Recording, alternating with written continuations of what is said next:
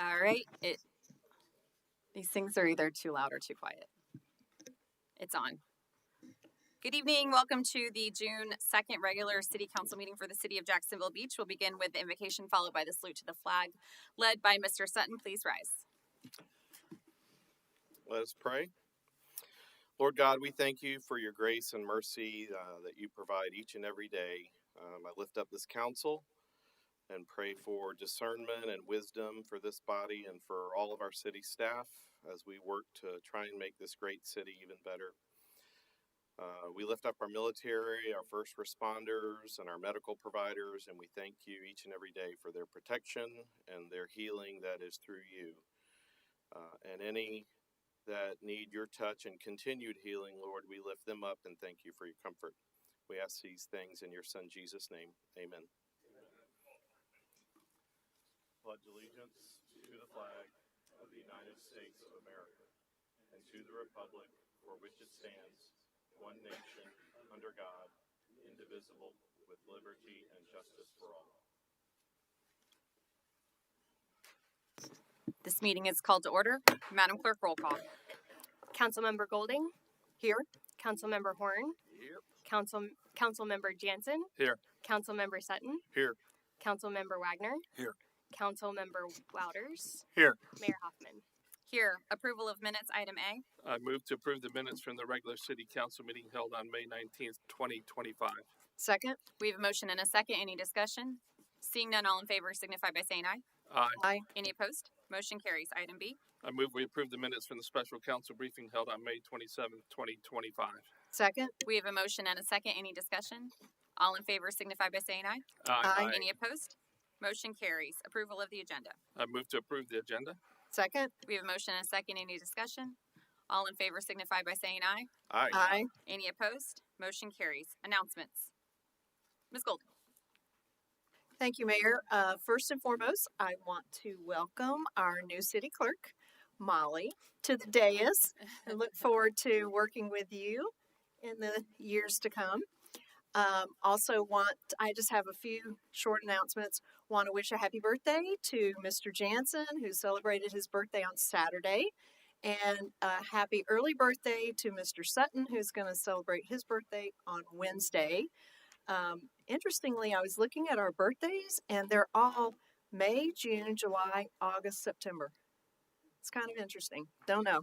Maybe there's something there. I don't know. And then the only other announcement I have is Beaches Watch is having a meeting this Wednesday night at 7 o'clock, which is June 4th at the Beaches Branch Library. And it is going to be the legislative session recap, the good and the bad of the 2025 legislative session. And our favorite city manager, Mr. Stefopoulos, will be there, as well as the Atlantic Beach city manager, Bill Killingsworth, and they will be talking about the bills that passed and the bills that didn't pass, and the ones that will impact our beaches communities. So I would encourage anyone who would like to learn about what we dealt with the legislative session this year to please come out to that meeting. Again, it's Wednesday, 7 o'clock at the Beaches Branch Library, and it's always a good meeting. Is there going to be a part B when they actually finish the legislative session, or just going to go with it? Mr. Sutton.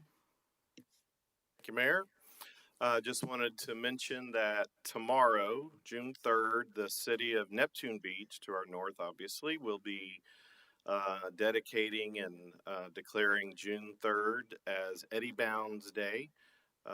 Many of us were friends with Eddie, who grew up right here at the beach. Eddie served both on the Jacksonville Beach Police Department and Neptune Beach Police Department, where he retired and graduated from Fletcher High School, and then later in life went on to coach the Fletcher Senators in baseball for quite a few years. So Eddie passed away about 3.5 years ago now, but they'll be dedicating the I think what's turned into a small t-ball field now at Jarboe Park. Used to be all the way back to the edge of 3rd Street there when it was a larger field, but when they did the redo, they were able to have a little t-ball field there, and they'll be naming that Eddie Bounds Field tomorrow. So for those that can make it, 5 o'clock p.m. tomorrow at Jarboe Park, they'll be having that ceremony. Thank you, Mr. Sutton. Mr. Wagner. So, by the way, for the highlights of the 2025 legislative sessions, if you show up late, you'll miss all the good things because that list is much shorter. So couldn't resist. I just want to take a second and show my appreciation for the Citizens on Patrol volunteers. This last weekend, they held a garage sale to raise money to support a lot of the charity events they do throughout the year. Supporting children around Christmas and this type of things. Wonderful event. Connie and Don Bryan, who my wife and I actually worked with at Florida Blue many years ago, hosted us there, and it was really great to get to meet a lot of the volunteers. So that was wonderful, and I think that's it. Thank you.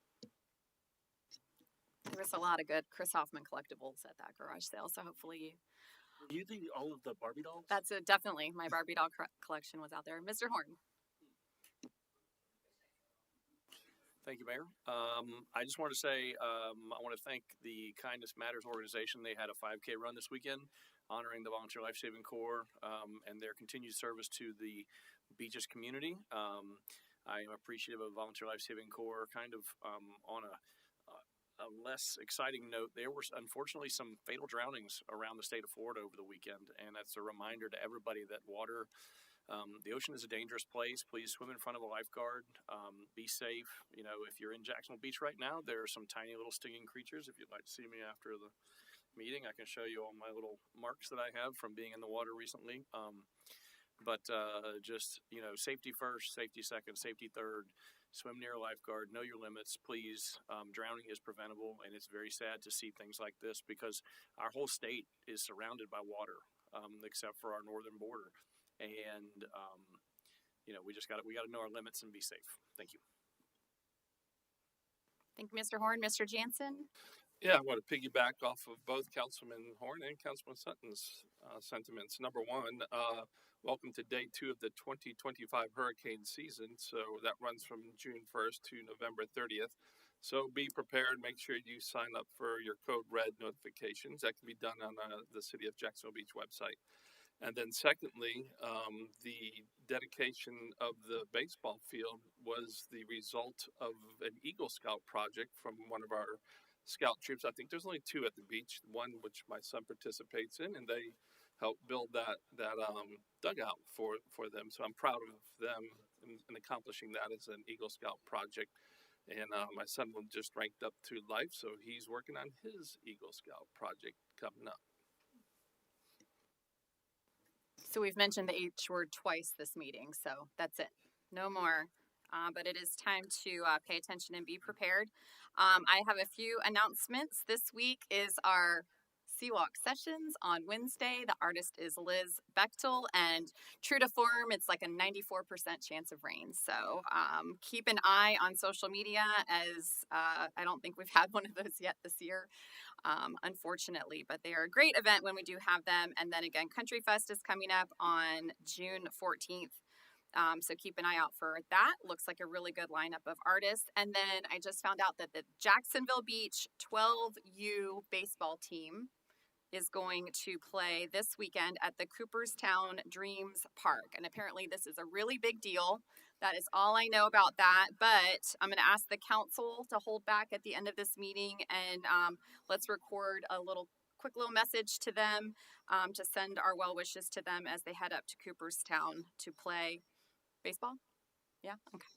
I'm just kidding. I knew that. I'm just kidding. I got that one. All right. Any other announcements from council? Okay. Moving on to courtesy of the floor, we have James Grurk. I got it. I'll make it quick. I live on 3rd Ave. James Grurk, 113 3rd Avenue South, Jacksonville Beach. One of the things I just want to mention is Charlie's is kind of following up where the other things, they allow free parking. They don't care who parks there. They don't keep clean. But what I really wanted to address was the fact that they bring in grills. They park in that parking lot. They carry them by my house, and they grill at night at usually after 5 on the beaches on 3rd Street. And it's pretty much the only place. And I spent with a shovel Sunday cleaning up the charcoal off our beach. So just so you know, we should have somebody watching for that, but I know that it's after 5, so it's hard to do it. And they bring their grills in and out through the parking lot that no one charged for, no one monitors. And it's just, awful to sit on your porch and watch people go by with a grill and the charcoal bags and just go right to the beach and not care. The other small comment was just dogs. I mean, I have dogs. I'm on the beach in the morning walking them, and I get harassed at 9:05 to get off the beach. But I go to the beach at 12 noon, and there's 5 dogs on the beach just sitting there with people, and no one's harassing them. So during the heat of the day, when we're supposed to be getting the dogs off the beach for the purpose, we don't manage it, but we do harass the people who live here at 9:05. So that's just my total comments, and thank you very much. Thank you. That is the only general courtesy of the floor. Everyone else is attached to an agenda item. So we will move on to a couple presentations that we have. And we have joining us today, Kevin Hogenkamp, who is the Deputy City Manager of Atlantic Beach. I don't know where that came from. But is serving today in his role as past president of the Florida Municipal Communications Association. Come on up to the dais. You guys can feel free to sit on the other side. I don't know why everyone only sits immediately as they walk in. Please come on in. Mr. Hogenkamp, the floor is yours. Thank you. Good evening. FMCA is a trade organization, so to speak, under the Florida League of Cities. It was formed in 2018 to connect, to empower, educate, and support Florida's local government communicators. And as it turns out, the city of Jacksonville Beach is doing elite work in the arena of municipal communications. That's why I'm here as past president of the FMCA board. I'm here tonight to publicly recognize and express appreciation to the city of Jacksonville Beach and your communications manager, Jacob Board. At our annual meeting in May, the city of Jax Beach received a certificate of excellence in government communications for government entities. And Jacob received not only a certificate of excellence in government communications for individuals, but a top award for a promotional video and the top award in the state for a social media campaign called Take Two Tuesdays, which I assume you all have heard of, and which our city councils tell me I need to be more like Jacob when I grow up. The city of Jacksonville Beach demonstrated how a small staff, a really small staff of one, can make a big impact fostering civic engagement, government transparency, and community connection. To boot, Jacob was elected in May as vice president of our organization, meaning that he's in line to become our president in 2027. Yes, Jacob Board will be president of the board. It used to be that I'd hear from my friends in Jax Beach, why can't we be more like Atlantic Beach? And now, City of Jacksonville Beach is encouraging us to step up our game, which is a great thing for our residents and for good government. Congratulations to all of you for your great work here in Jax Beach, inspiring us to do better, and congrats for being leaders in the field of municipal communications in Florida. Thank you.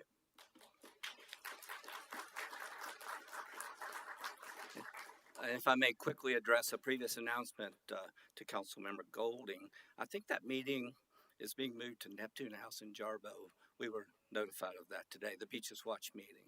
Anyway, you'll investigate that, I'm sure. It's tentative because the library's got AC issues again, and they expect it to be fixed, but they wanted us to have a plan B. Okay. Yeah. Good. Thanks. Good to know. Thanks, everybody. Thank you, Mr. Hogenkamp, and congratulations, Jacob. Thank you for your leadership, and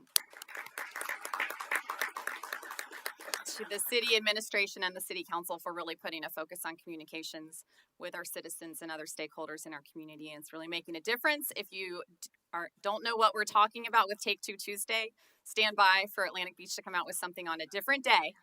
You cannot have Tuesday, but follow us on social media, sign up for our really excellent monthly newsletter. It's full of great information, including those videos, but they are really easy, 2 minutes to learn about a specific topic, things like code enforcement, upcoming special events, how to attend a city council meeting, things like that. They're bite-sized for that purpose, so please take advantage of those. So congratulations, Jacob.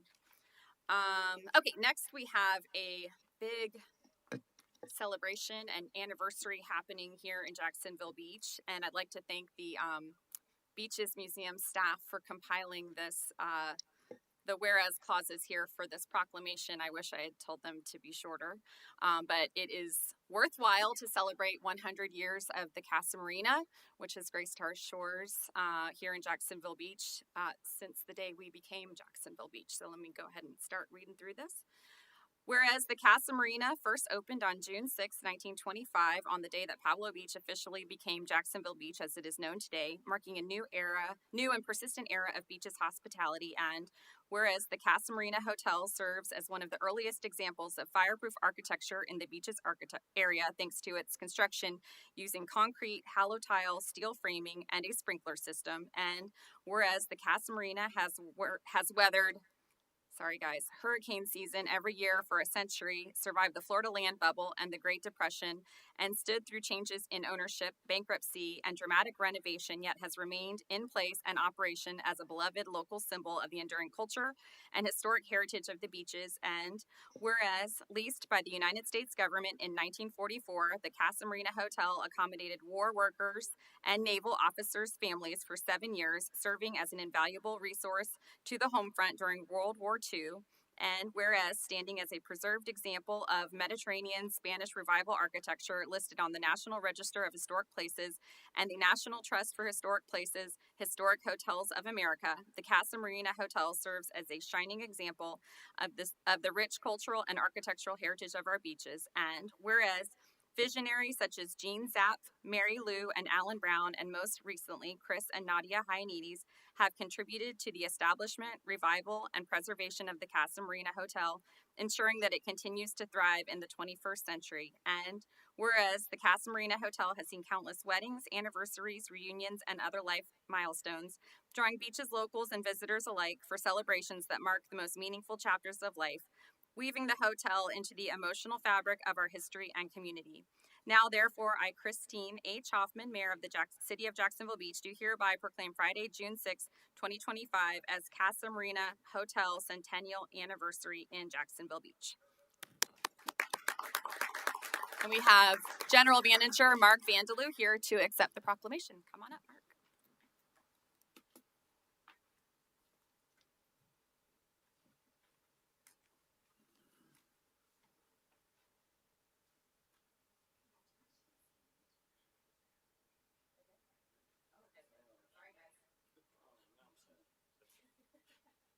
So Jason, Jake, do you really think keeping Mike out of the picture is smart?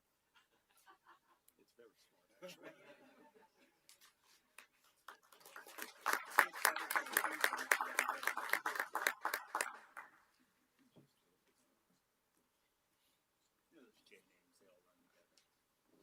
I will also mention that this is just the beginning of the 100-year celebration.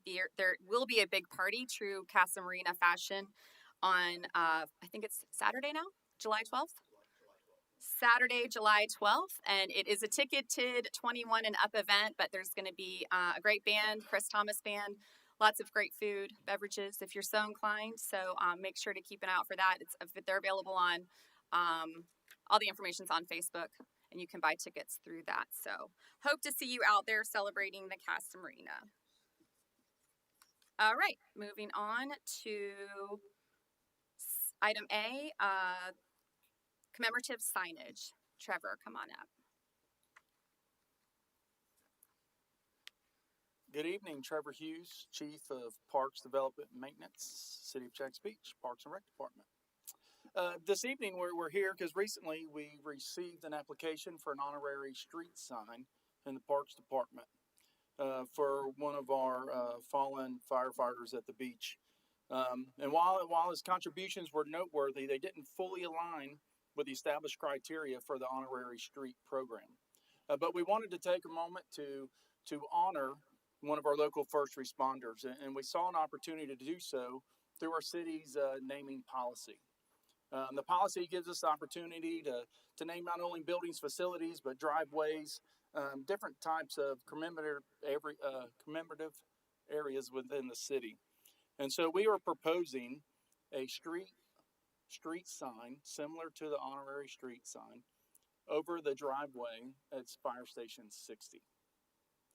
The fees will be the same that's in the honorary street program.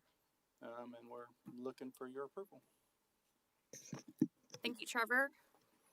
We do have one speaker card, and she does not wish to speak but would like to express support, and that is Brittany Church. Thank you for being here, Brittany. And we will go ahead and have a motion on this item. I move we approve the commemorative signage for Ian Church at South Beach Park. Second. We have a motion and a second. Is there any discussion? I'd just like to thank you for working with the sponsors of this sign and for being flexible. And I think this is exactly the type of thing we had in mind when we came up with this program. One of the things, many things we had in mind. Ms. Golding? Just real briefly, I just want to thank Mrs. Church for your husband's service to our community with the fire department and express my sympathy for your loss. He was taken way too young. Thank you, Ms. Golding. Any other comments? Madam Clerk, roll call. Councilmember Golding, Yes. Councilmember Horn, Yes. Councilmember Jansen, Yes. Councilmember Sutton, Yes. Councilmember Wagner, Yes. Councilmember Wouters, Yes. Mayor Hoffman. Yes, motion carries. I just want to thank all of those that are assigned to that station for just doing a beautiful job, being great neighbors to the park and to the Parks and Rec office there, and just really being an integral part of our community. So thank you guys all for being out here this evening as well. Okay, the final item on today's agenda is an ordinance. We'll begin with a report from Planning Director Ireland. Thank you, Mayor Hoffman. Good evening, Council. Ordinance 2025-8224 is for a rezoning. I'll give a brief presentation and then allow the representatives for the property owner to come up and give you some more details and answer questions. The property is located at 102 6th Avenue North. We have been referring to it as the Delicombe property. If you haven't eaten there, please do before they have to move. The property currently contains a one-story commercial strip center that was constructed in 1975. It has a mix of commercial uses. The developer, Corner Lots, plans to demolish the existing structure and replace it with a 59-foot building as per the vested height provided to them in the settlement from 2010 that happened following the 35-foot height limit in the charter. And the new structure will have a mix of commercial uses and either residential condos or hotel rooms. They're still trying to decide which one makes the most sense based on the market right now. And it will contain structured parking with centralized amenities for the residents or hotel. Commercial uses will wrap around the ground floor of the structure on 1st Street and 6th Avenue North with vehicular access on 2nd Street. And the applicant is currently providing an excess of parking over what is required per the Land Development Code and plans to make some of that parking available to the public and also obviously the users of the commercial amenities there and the residential or hotel uses. They also plan on having a variety of types of parking, including compact, golf cart, and bicycle, as the new code allows those and provides standards for each one of those types of parking. The project has been reviewed by both the CRA and the Planning Commission. It was found to be consistent with both the Downtown Community Redevelopment Plan and the Land Development Code, respectively, from each of those boards. They both recommended approval by council. Contained within the memo from Mr. Popoli is provided a detailed analysis of how the project complies with the comprehensive plan and the standards contained within the Land Development Code and also the preliminary development plan standards. And staff is recommending approval of the project. I am going to turn it over to the agent for the applicant to give some more detailed information to council. Unless you want to read Let me start the public script hearing first. first. Yeah, thank you. Madam Clerk, will you read the ordinance by title, please?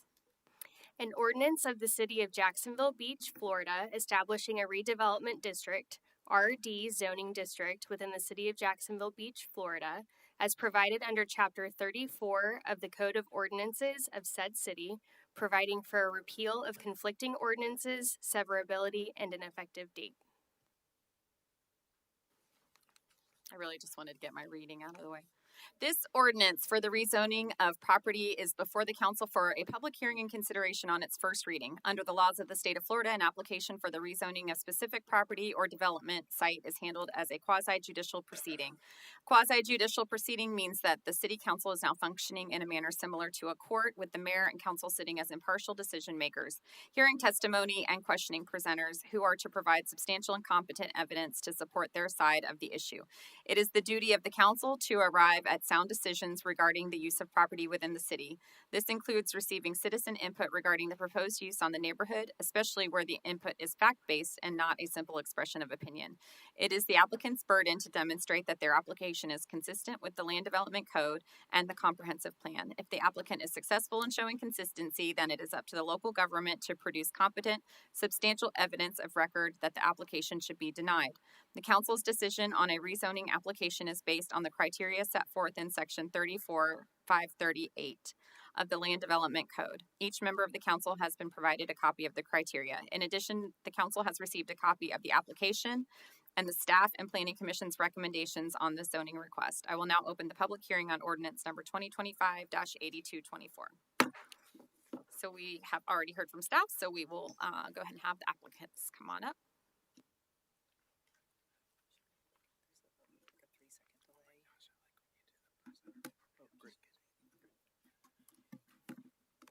Hello, everyone. My name is Michael Sittner. My address is 1 Independent Drive, Suite 1200, Jacksonville, Florida, 32202. I work for Driver McAfee. We're the lawyers that filed the application on behalf of the developer. Good evening, Mayor and council members. My name is Billy Zeitz with Corner Lot Development Group. My home address is 502 Aracola Avenue, St. Augustine, Florida, and our office is based in downtown Jacksonville. So I'll get us started in the presentation. And we started this journey back in November of last year. Our intention has been from the onset to work directly with the staff and with the code to ensure that our project was not only compatible with the Central Business District, but also highlighted some of the areas that it's subject to, which would be the commercial and pedestrian corridors on 1st and 6th. So since the beginning, we sort of came in with a really basic design and then attempted to evolve that design as the comprehensive plan was adopted and as we learned more about kind of the needs of the community. I fortunately live in a really popular beach town. I'm familiar how challenging parking can be. So our intention with this project was to make parking part of a solution and not a continued problem. Our first step in doing that was to ensure the entrance was on 2nd Street to reduce any vehicular traffic on 1st and 6th. Our second effort, which you can see in the renderings that we have up here, would be to have elevated pedestrian corridors and ensure that we're able to provide sort of nice shaded walkways that either encourage people to take a respite in the commercial business as they came to and from the beach, or also slow everybody down as they came to that corner, which, as we know, can be really popular and busy, which we just heard for the past 100 years, thanks to the Cassa Marina. So you can see some of what we've done. In addition, we also wanted to leave ourselves available in the future for the potential to have some outdoor dining, because we really like kind of what's happened in some of this corridor, and our goal is to try to continue the work that's already been done that's been supported by this board. So you can see from the elevations, the intent's to have balconies surrounded, the parking garage screened so it's not visible from the road, and the parking lot is going to be centralized, and I believe because it's so significantly above what's required by code that it's available not only to the public but also to the commercial folks who, obviously, if you're a commercial business, you're going to need access for folks to enjoy your business. We also want to make sure, we manage multifamily and commercial properties as a business for ourselves. We're concerned about our employees' ability to get to work on time and employee retention. That's always important. So if we have sufficient parking, we can accommodate most of those situations on site. And so here you can see the view, which shows the 6th Street and then 2nd Street, the elevated pedestrian corridors encouraging, slowed down pedestrian traffic, and then the entrance into the parking garage on 2nd Street. From the beginning of our meetings, not only with the planning staff and the city's leadership, We've also had several pre-application meetings with your technical department. So we can ensure that what we are putting together in this presentation is something that we would be able to construct, that the utilities would be available, that we could resolve any electrical or power solutions. So we've been thorough in our due diligence. As you guys all know, development is a really dynamic process. This is a really big first step. But we were careful from November of last year to try to check as many boxes as possible and put something before you that we would be able to develop. That's why the application allows for the flexibility between for sale condominiums or the potential for hotels. I think both work great for this corridor. Which one is going to be the most feasible from a development perspective is the journey that we've been undertaking also over the past few months. So there you can see the entrance to the parking garage and additional commercial frontage and signage on Second. That way we can kind of draw more people and visitors to the site. And there's the section with the unique alleyway and the public right-of-way that goes between the what is now Mangoes and also the site. Well, that didn't work that good, did it? If you could read that, which you probably could, that would kind of summarize what the development program could be for the 36 condos that would be for sale. But again, that's subject to kind of how we go through our development journey and the outcome of our decision this evening. And this gives you a good feel for the site plan. So you can see the entrance focused on 2nd Street. What we really worked on was making sure that once you were in the parking garage, when you came out, you entered onto that pedestrian corridor on 1st, or you entered onto that commercial corridor on 6th. The intention of that is I'm going to park there and I'm a public person and I'm just going to go to the beach. I just come out first and it's really easy. If I'm going to visit a commercial establishment, I spill right onto the commercial. Maybe I get a little bit of both, right? Maybe I get an ice cream cone and go to the beach. Maybe I rent a surfboard and go to the beach. But we wanted to give our pedestrians and our visitors options so that they felt like they were a part of something once they left the parking garage. Nobody loves structured parking. It's incredibly capitally constrained, or it's very expensive. So our intention was to try to make sure it had the most diverse uses. That way we would be able to serve as many people as possible, from commercial to the residents to the hotel or condos, and really make it part of the solution, as I stated before. So I think that's the last slide of the presentation. Mr. Sittner's here and he's happy to answer any technical questions about the application, and I'm here to answer any questions from the board. And thanks to the mayor and the council for their time, and a lot of credit to the leadership of the city, because it's been a lot of fun working with staff. I get to work in a lot of municipalities, and this has been a really educational journey because the code has changed along the way and we've been able to kind of be nimble with it. All right, thank you. We will go ahead and have our public comment now. If you guys want to take a seat, we'll pull you back up if we have questions. Roger Whiting. My little clock is broken. Let's see, maybe okay. I'll start a little timer. Roger Whiting, 1103 2nd Avenue North, Jacks Beach. I'm here, and I asked the question at the committee and got somewhat of an answer. My question's about the heights. I understand the ruling, but when we had the higher buildings, they were not allowed to be built right to the sidewalks, which is throwing shadows over the sidewalks continuously, basically, for 6 months of the year. Excuse me, I had dental work done. And adjacent properties are going to be complete because they're going to be right to the sidewalk. There used to be setbacks for those higher buildings from the property line that were required. And the higher they went, the further those setbacks had to be. I don't remember the numbers, but I know they were in place. This is 100% lot coverage, meaning it's going to be to the sidewalks all the way around. There's some sidewalks, unlike the ones going through the neighborhoods, are not 8 feet wide. You're right to it. And that's going to be completely shadowed the whole time, 6 months out of the year, for the people using the sidewalks. Thank you. Thank you, Mr. Whiting. Thad Mosley.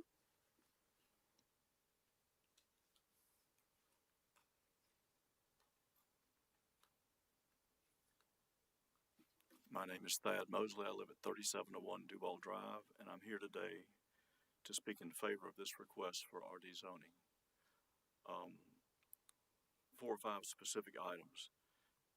The property owner is a long-standing and deeply committed investor and participant in Jacksonville Beach. The developer has a solid record of successful projects and has worked closely with Jacksonville Beach Planning to address access, egress, and other issues. The fact that this project has the height it's got was a result of an arbitration that I think you all are familiar with that reduced oceanfront height where the hotel is now and parceled out components of that height privilege to 3 or 4 other properties. I'm very well aware what the setbacks were under the old rules. I was not in favor of the height cap, but anyway, it was either 1 or 2 feet depending on what period of time you're talking about. But I don't believe there's any such condition in the arbitration award of the height to this piece of property. This project brings people and businesses to Jacksonville Beach. Be it hotel rooms or condominiums, it still brings people to the beach, and it brings businesses to the beach. I believe that's what we've been working on for a while. I'm very familiar with this part of town. I've been invested in it, participating in it for an embarrassing number of years. Last point is that this design is attractive and it manages to include more than adequate parking, which is on site and out of sight, which I think is fantastic. Really don't like looking at car parks. We've got a lot of them. And I think the fact that they've internalized the parking is a major plus for this project.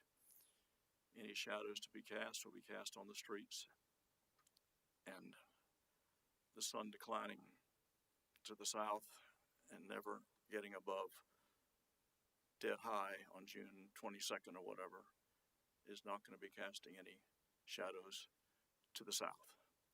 So all in all, I think it's a great project, good people. They've done it before, they can do it again, and I think it's going to be a super duper addition to this part of Jacksonville Beach, and I ask you all please to consider accepting it. Thank you so much. Thank you, Mr. Mosley. Casey Braun?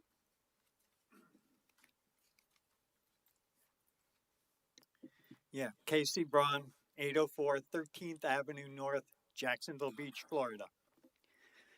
Considering this ordinance 2025-8224, and it states that the City Council has considered the adoption of this ordinance based on 1 or more factors listed in Section 34.538C of the Land Development Code, and hereby finds that this amendment will not result in an adverse change to the community in which it is located.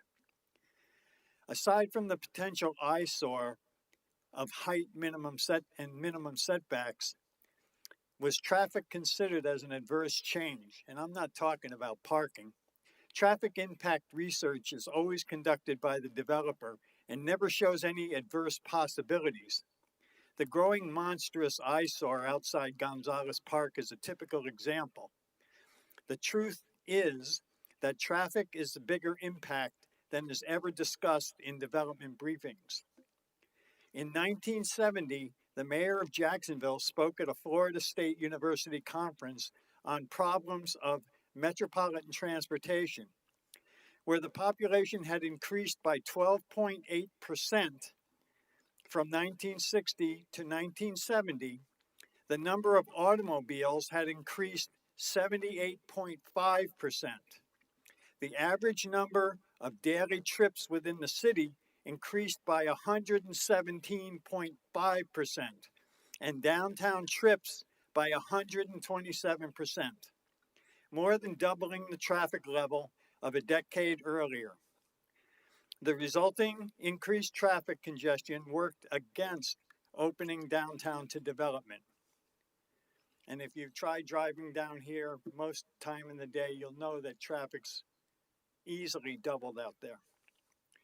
As I stated in a previous council meeting, nearly all the projects being considered by Jax Beach to protect citizens, like bike trails, crosswalks, parking, Penman Road, pedestrian friendly, all involve traffic. The ordinance will increase cars and work against downtown and the rest of the beach as well.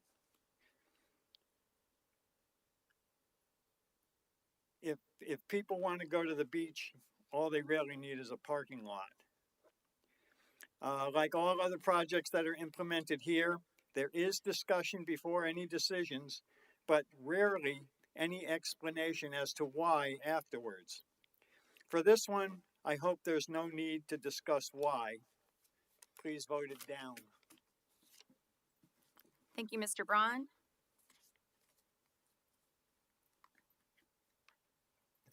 Is there anyone else who would like to speak during public hearing for or against the proposal?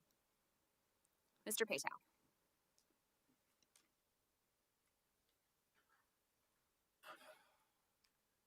Good evening, Council. My name is Gary Patow, 725 Bon Air Circle, Jacks Beach. Just a couple of quick comments. I think this is a wonderful addition to the city. It is consistent with the 2007 vision plan that had been put together by the city, particularly for the corridor along 6th Avenue North, and is therefore, I think, a project that should be approved by the city. Architecturally speaking, it complements, I believe, Cassa Marina, which is across the street on First.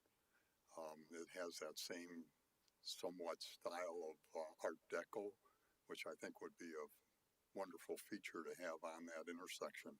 That is a very important intersection in the city. First Street, 6th Avenue North could be a real hub for the city if done correctly, with retail and restaurants and so forth. And I think what I've seen in the plan starts to present exactly that concept. The only thing I would ask, and Heather, you might want to take a look at this.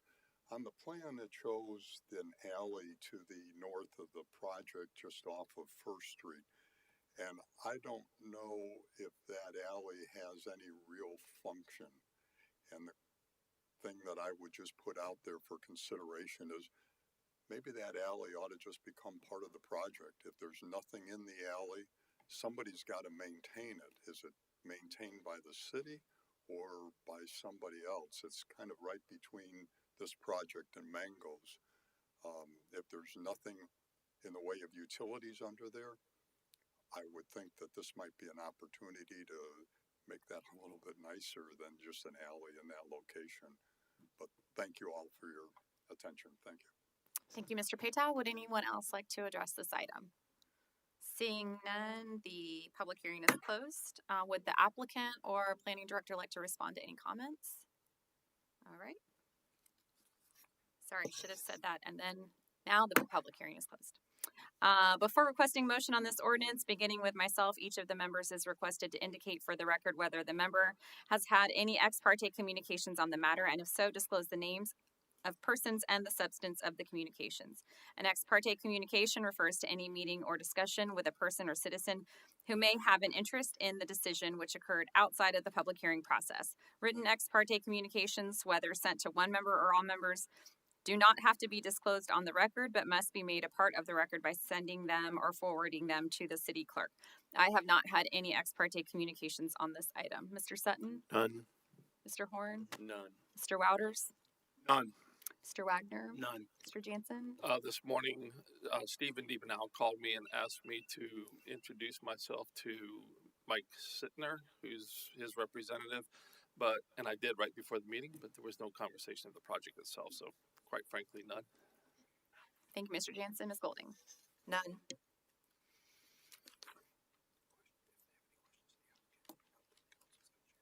Oh, we normally do that after the motion. All right, is there a motion on this item? There is. I move we approve the ordinance number 2025-8224 on the first reading for rezoning of property located at 102 6th Avenue North from Central Business District, CBD, to Redevelopment District, RD, for a mixed-use project and a scheduled second reading for June 16th, 2025. Second. Before opening the floor for discussion or questions by the council, please be reminded that our decision will be based on the criteria set forth in the Land Development Code, and the council is required to approve a clear statement of specific findings of fact stating the basis upon which such facts were determined and the decision was made.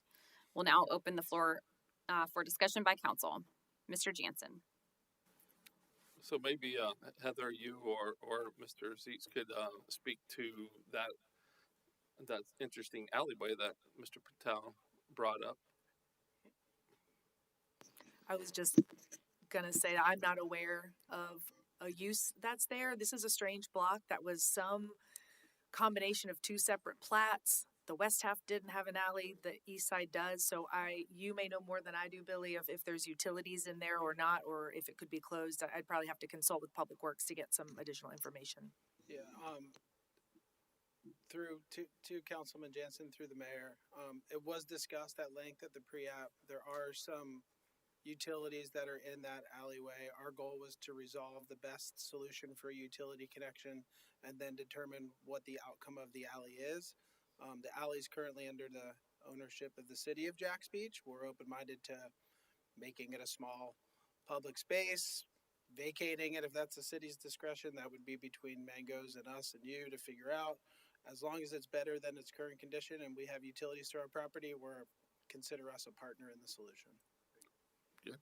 I also want to just take a moment and thank you, Mr. Zeitz, for really taking consideration of the community in mind, realizing that we have parking issues and realizing the desires of our community, and also taking in consideration, it looks like on the previous artwork that you were addressing maybe the effect of having what I would call a tunnel effect by creating that way. You've kind of looked to it, if that were to be the final concept, and that kind of avoids that wind tunnel or that sound tunnel effect along First Street. So being mindful of those needs to the community and putting the parking garage opening on Second Street, these type of things shows that you're considering what the community likes to see and what we like to see. So thank you, sir. Appreciate the feedback. Mr. Horn? Heather, can you comment on some of the things that were mentioned, specifically the setbacks and, our thought process behind having a full footprint? Sure. So for the record, the settlement itself is written very strangely as far as each property's individual requirements. When the height limit, before it was changed to 35 foot, it was different on the ocean front than it was for the rest of the city. So that's why you see a lot of the very tall condos on the ocean that are tall and skinny, because the requirements were different back then. So it's our understanding and interpretation that they can take advantage of the entire property since they're rezoning it to RD, which is similar to what the Spring Hill did as well. And I don't recall if Margaritaville had extra setbacks or not. Just off the top of my head, I don't recall. But the provisions were pretty strange at the time, and then the settlement kind of switched things around a little bit, made it even more confusing if you can imagine that. So again, every property was a little bit unique. So setbacks, as far as we're concerned, can be 0. If you do look at, I don't think you can see it from this image, but I know there was concern about the shade that it would create. It's really more of like a promenade, which from my recollection in previous discussions is something that the CRA and the city really wanted to encourage, is having those shaded promenades because it is hot out there, especially now. So the building line is actually pushed back a little bit on that first floor. I know it's kind of hard to see from the pictures, but it might be easier to see on your paper copy. And can you comment on the other issue that was brought up in regards to traffic? So one of the things that we like about this project is that it does encourage people to park their car, conduct their business, and not get back into their car again until they leave. They can go to the beach, they can go around downtown, they can, patronize the commercial establishments.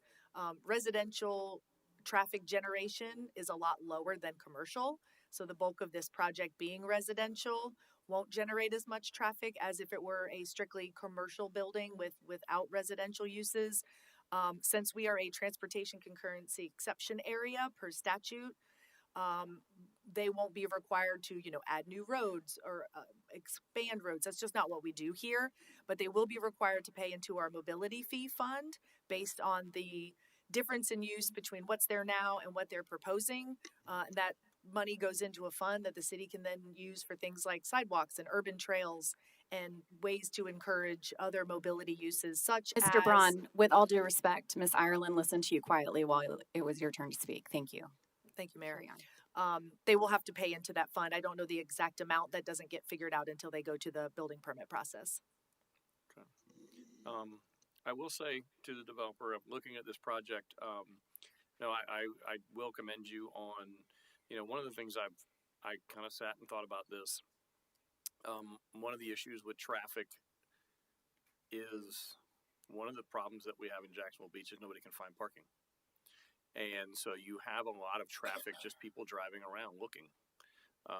And this actually provides a rather large number of extra parking spaces than are required. And I was very happy to see that. I wish, I think that is part of the give and take with the setbacks, and is that we are getting some more parking spaces here. I think aesthetically it's good looking property.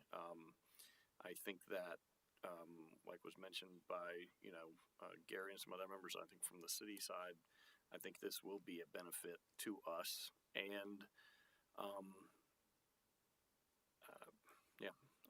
I want to thank you though for all the parking. It's just, thank you. Ms. Golding? Thank you. I have a few questions, so if you don't mind staying up there, you're the right person, I think, for these questions. First of all, so you mentioned outside dining, which that's something that we are very supportive of. And when I look at the site plan, I don't see that there appears to be a whole lot of space for tables to go for outdoor dining. So I guess my question to you is this, and I believe you're going to try to have some restaurants as the commercial tenants. Is that correct? Yeah.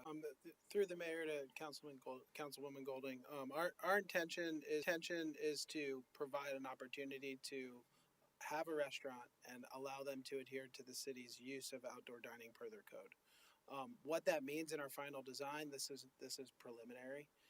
So we don't know exactly how that works out. We know that it's been done a number of ways in public right of way, on right here on 3rd Street, I believe, or in front of Oaxaca, I believe it's called. So we would look to that. It's preliminary because we don't know who our tenant's going to be. So maybe it is a restaurant, maybe it's not a restaurant. We just know that it's important to the city. We really like the feel of what's happened on this corner, so we wanted to create an opportunity to have that here. I would just say that my comment would be this, that because this is a project that's, starting from, ground zero, so to speak, I would prefer to see that outside dining not take public right of way, because you have the opportunity to incorporate it into your design now. I would just, that's just my comment. Yeah. Okay, the other, another question I had, or comment, I guess maybe, is on page 7 of the application, which item number 5, which is consistency with the city's LDC.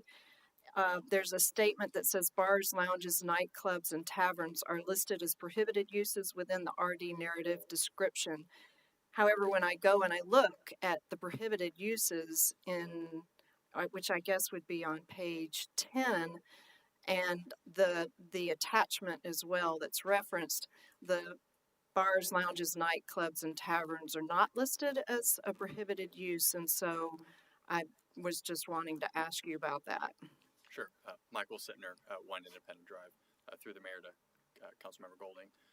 That use is not included as a permitted use, and it's so just because it's outside of the RD excluded uses, since it's not permitted exclusively like in the document, so there's no way we could do a bar because it's not a permitted use in the document.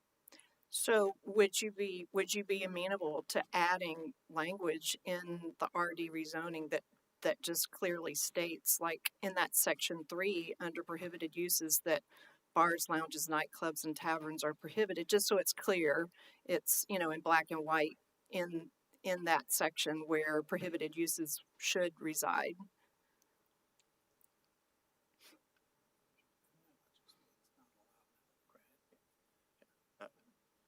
Through the chair, if that's something that you would like to see, sure. And under our understanding, it's already not. We're on the same page with the planning department as well. So if that would make it feel more secure, I guess, with putting that in there, we wouldn't mind. I guess my feeling is making it clear, or, you know, putting it in there very specifically. If I mean, I would feel better about it as opposed to not having it there. That's just my comment. Yeah, absolutely. And then, so I absolutely appreciate all the parking that you have in this project. Looks like 127 extra spaces based on the 110 that are required, which is wonderful because, as you've said, parking is an issue in our downtown area. So I had a couple of questions about parking. I know that the requirements for parking are based off of retail, you know, the retail numbers or whatever, but and I see that, so 18,000 some odd square feet of commercial space requires 38 parking spaces, which you provide on that ground floor.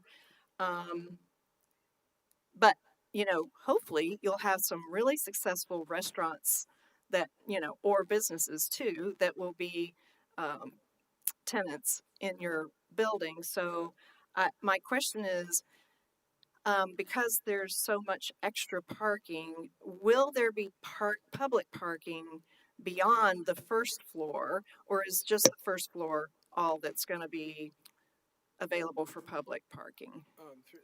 Through the mayor to Councilwoman Golding, the intention is that anybody can go there and park and go to the beach or to the commercial establishments, and it could be on any floor. Once we determine the final use, let's say it's condos, there may be a floor dedicated only to condos that would be separate from the rest of the parking. If it's hotel, there may be 2 floors, and we may have a valet section, but ideally we clearly sign the parking so everybody's aware where they park. We also offer multiple parking solutions as has been discussed, including golf cart, compact, and bicycle, because we want to create the most dynamic product. These parking garages are cost prohibitive generally, so we really need to maximize the use, and we also want to be a good neighbor because we don't intend this to be our final development project in the city of Jacksonville Beach. We intend to be good partners and neighbors for the future. If you could put the site plan up there, and maybe this is just, I realize this is just a drawing, or, you know, a representation. I'm assuming there will be handicap parking. Yeah. Okay, because I mean, I just didn't see anything that was designated for handicap, so I just wanted to make sure. And then one of the issues that we have been having with parking is we have had properties who do not allow their employees to park on their property. And so my question for you is, would you guys be amenable to a condition that requires the employees of your commercial tenants to park on the property, just to make sure that, because what we're seeing, and I don't know if you've heard this or not, but we have properties in the downtown area that don't allow their employees to park on their properties, so they're parking in public parking, and, you know, that's taking away parking from the public, of course. And so I want to approach you about that as well, about that stipulation or condition. Through the mayor, I think it's possible to add a provision that allowed for on-site employee parking. I think it would be a challenge for us at this point to determine the volume of that, but I think we could, because we don't know the final use, right? And that's why we're here, and that's why the RD zoning in the central business district is so great, because it's about the size and massing of the building. which could allow for different uses. So I think we could add a provision that said employee site parking on site will be provided. I think that's something that would be probably beneficial to us retaining commercial tenants and finding the right potential hotel partner. Okay, so I guess my question then would be, there are a few things that they've said that they would be willing to do. Is it something that we can just say, okay, ask them to come back with a modified application for the second reading? Or do we need to make a motion? City attorney, do you have a recommendation? I think either way is legally sufficient. We're on the record. I'm going to turn to, does planning staff have a preference? What works better, I guess, for record keeping and just the flow of things? Again, we don't have a preference either. Usually when we get to this point and there's conditions placed on it, we put it right into the ordinance as opposed to editing the narrative. So again, either way is fine. We can put any conditions within the ordinance itself and those would be adhered to. So if I may, if this motion as currently on the table passes tonight, does that give you enough time to put those provisions in the ordinance so when it comes back 2 weeks from tonight? Yeah, absolutely. Okay. It would just come back to you as amended. That would be legally sufficient. Okay, thank you. Mr. Wagner. Thank you. So I want to start by thanking you guys for the flexibility and how focused you are on our community and helping us kind of support all of our missions and trying to make this a better place for all of our residents. So it seems like you guys really are kind of putting that first foot forward out really great. So I really do appreciate that. I did want to just take a second and touch on what Mr. Patel talked about with the look and feel of the building and how he noticed some similarities with the existing structures down in that area in Cassa Marina. And so I just would like to continue to encourage where you have, I know this is a concept still, it's not finalized, it's all that stuff. But as much as we can kind of keep that, kind of that part of it, would greatly appreciate it. I know you guys are going to do what makes the most sense and what's, most functional and easy to maintain. But, that look and feel would be, I think, a nice element down there, particularly as we have additional building going on across the street. Yeah. Okay.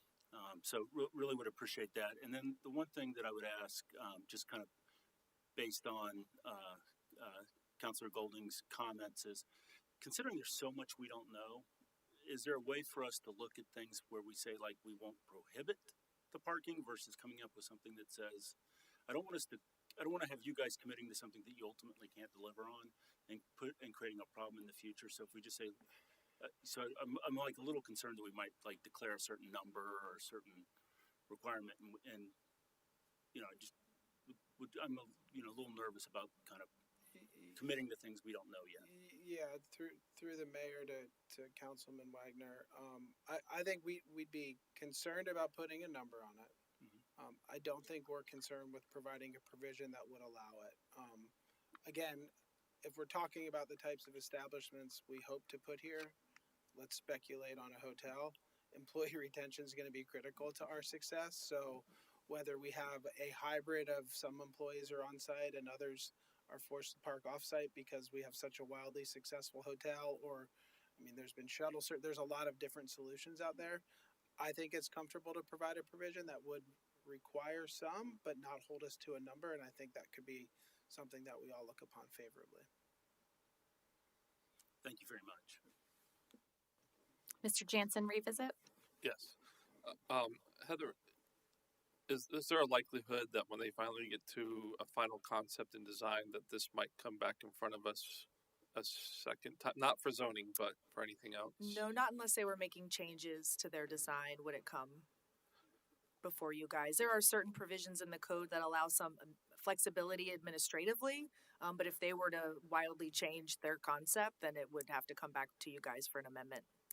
Okay, yeah, so my sentiments kind of fall in line with Mr. Wagner's. I don't want to force the developer to commit to something that they couldn't follow through with. I have to agree with his sentiments, not knowing exactly what's going to be there. That's why I asked that question. Yeah, so I would be very careful on how we approach that. Mr. Wouters? Thank you, Mayor. Miss Ireland, I would like to know, is there any place in the city where we've given builders or developers the right to construct balconies 10 feet over the right of way? Yes, it's actually allowable in our central business district with approval from Public Works. So the overhangs that are on the east side of First Street, and when you're walking past some of the bar and restaurant establishments that are there, those overhangs are actually in the right of way. So it would be a similar process for them to be able to get that through Public Works. Well, I would like to ask whoever would care to comment, do you have any concerns about public safety with, suppose this is a hotel. Let me back up first. Did you put somewhere in your zoning application that you might build townhomes, you might build a hotel, or you might sell it? Fee simple. Definitely definitely the condos or hotels. Sorry, through the mayor to Councilman Wouters. Definitely the condos or hotel. We did incorporate that so we would have the flexibility. Whether or not we are the ultimate owner in 5 or 10 years, that's difficult for me to speculate. So we did not put any provision in there that contemplated a sale or ownership. That's generally not something that's included in a land use and zoning application. So you would contemplate whatever approval you get, that you could just take it and sell it to a third party, and then they could use it in however they see fit. To Councilman Wouters, our intention today is to develop it per the approval that we anticipate or hope to receive. That's what's in the RD application, and that is been the intention since we started the journey in November. So, Miss Ireland, you said it is permissible, but has it actually occurred? Are there overhangs? Yes, they exist now on First Street. Has there been any problem with people being injured by falling ashtrays or bottles or anything like that? Not that I am aware of. Because that makes me, frankly, a little uncomfortable thinking about people could be up there, drinking, doing whatever, and the public is walking right underneath them. So I do have concerns about that. And going back to Councilman Horn's question about setbacks, what are the setback requirements? The setbacks in downtown where this property lies are essentially zero, as they're proposing it, are zero setbacks. I understand there's zero setbacks, but what are the setback? Is it 5 feet, 10 feet? Well, because it's a RD rezoning, they're allowed to be flexible outside the regular standards in the central business district, just like we would see with a PUD zoning. They can have a little bit more flexibility based on what their project needs are outside of the regular zoning standards. So they basically, through the RD zoning, set their own standards. Let me try to rephrase my question. What are the regular zoning standards? I don't have the new code in front of me, but for downtown, the front is 0, sides are 0, and I think the rear is 10. I just don't have the new code in front of me. I thought it was something. Sandy does have it because I dropped her off a copy. No, I don't. I'd have to dig through it. And just to be clear about public parking, I think there's about 50 public spaces out there now. Are we going to be guaranteed 50 public spaces in this new structure? Are you referring to the spaces in the that are in front with of the Deli strip Cone center and now? all that? Yeah, so those are private parking spaces that are on the same property as that Okay. strip center and for the customers of those tenants. But anyone can park there, right? I don't know their operational rules. No. Yeah, I think you have to be I thought anyone patronizing could. a I business there. It's not public parking, it's private parking. And one last thing that we've seen, when development projects go on, the construction workers are allowed by our regulations to park on both sides of the street. So I would imagine we're going to have 100 workers. Do you have a plan for where these folks will park, or are they just going to be parking all throughout the neighborhood and clogging up downtown? Through the mayor to the councilman, our intention would be to work on that during the building permit process. Generally, for large construction process, we would need to file some sort of memorandum of transportation to ensure that when we were working on site, we weren't interrupting the general flow of traffic, and we would do that in partnership with your public works department. And that would be closer to the time we get to our building permit process. I hope you will keep that under consideration. Thank you. You're welcome. Thank you, Mr. Wouters. Ms. Golding?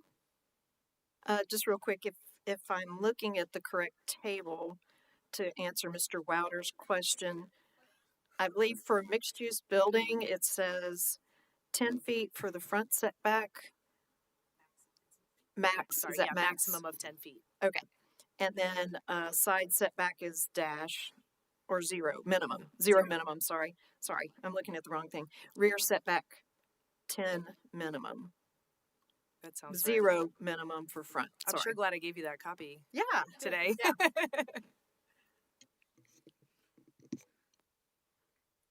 Any other questions or comments? I just want to echo the comment that I appreciate the legwork that went into this. I know there's been many meetings over many months, maybe year-ish. And I think that that thought is evidenced by the fact that we have a majority of our Community Redevelopment Council here, or CRA here, so in support of this project. And I think that's very telling as far as the alignment with our goals and vision for downtown. So appreciate the extra effort that you put into that. Any other questions or comments from council? Mr. Sutton? Just a comment that, Heather, if we could get, before the second reading a few days ahead of time so we can see those revisions that are going to be put in with time to kind of look at that. Thanks. Any other questions or comments? Madam Clerk, roll call.